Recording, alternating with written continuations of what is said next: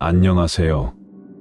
밤의 속삭임입니다. 우리는 흔히 집을 떠나지 않는 한 안전하다고 생각합니다. 하지만 종종 우리의 주변에서 일어나는 일들이 상상 이상으로 불길하게 펼쳐질 때가 있죠. 이번 이야기는 당신이 잠시라도 믿었던 안전한 공간이 사실은 위협이 될 수 있음을 상기시켜 줍니다. 하얀 손톱 이야기를 시작하겠습니다. 대학을 막 졸업한 예린 씨는 서울에 있는 한 작은 아파트로 이사를 갔습니다. 대학 시절 원룸에서 살아왔던 그녀는 이제 드디어 조금 더 넓은 공간에서 혼자만의 시간을 즐기게 되었습니다. 그 아파트는 도심에서 조금 떨어져 있었지만 주변에 편의시설도 많고 조용한 동네라서 예린 씨는 큰 걱정 없이 이사를 시작했습니다. 하지만 이사한 지 얼마 지나지 않아 예린 씨는 이상한 일이 일어나기 시작했다는 것을 느꼈습니다.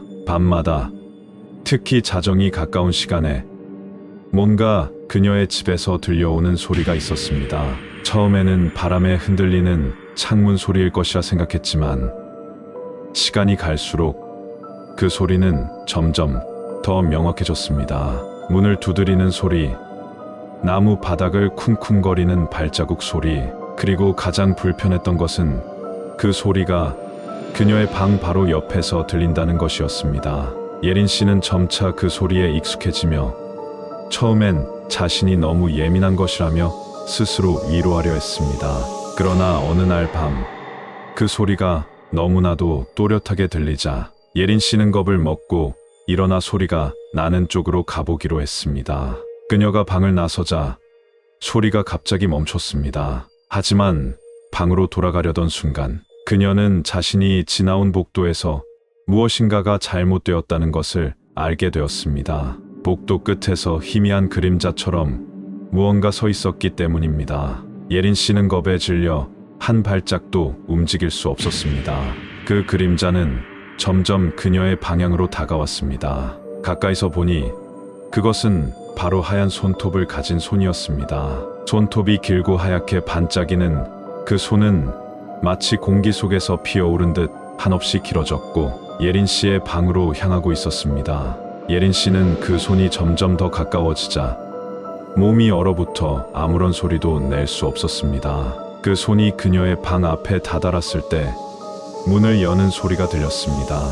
예린 씨는 손이 문을 열고 들어오는 걸 보고 그제야 비명을 지르며 뛰쳐나갔습니다. 그 손은 그녀를 뒤쫓지 않았고 대신 그 방 안으로 들어갔습니다. 예린 씨는 급히 현관문을 열고 도망쳤지만 그날 이후로 그 손은 그녀의 꿈속에 자주 나타났습니다.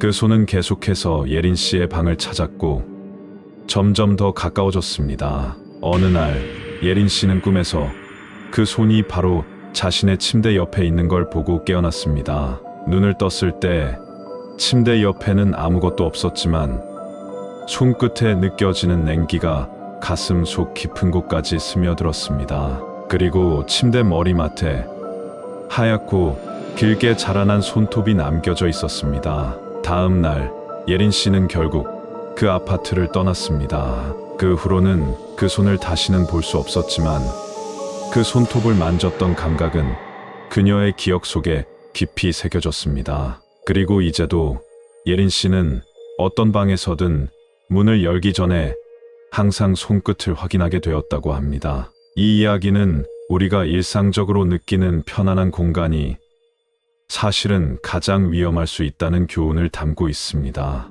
때로는 우리 주변에 있는 것들이 의도적으로 다가오지 않더라도 우리가 모르게 가까워질 수 있다는 것을 기억하세요. 그런 존재들이 언제나 곁에 있을지도 모릅니다. 다음에도 또 다른 공포의 속삭임을 들려드리겠습니다. 끝까지 시청해주셔서 감사합니다.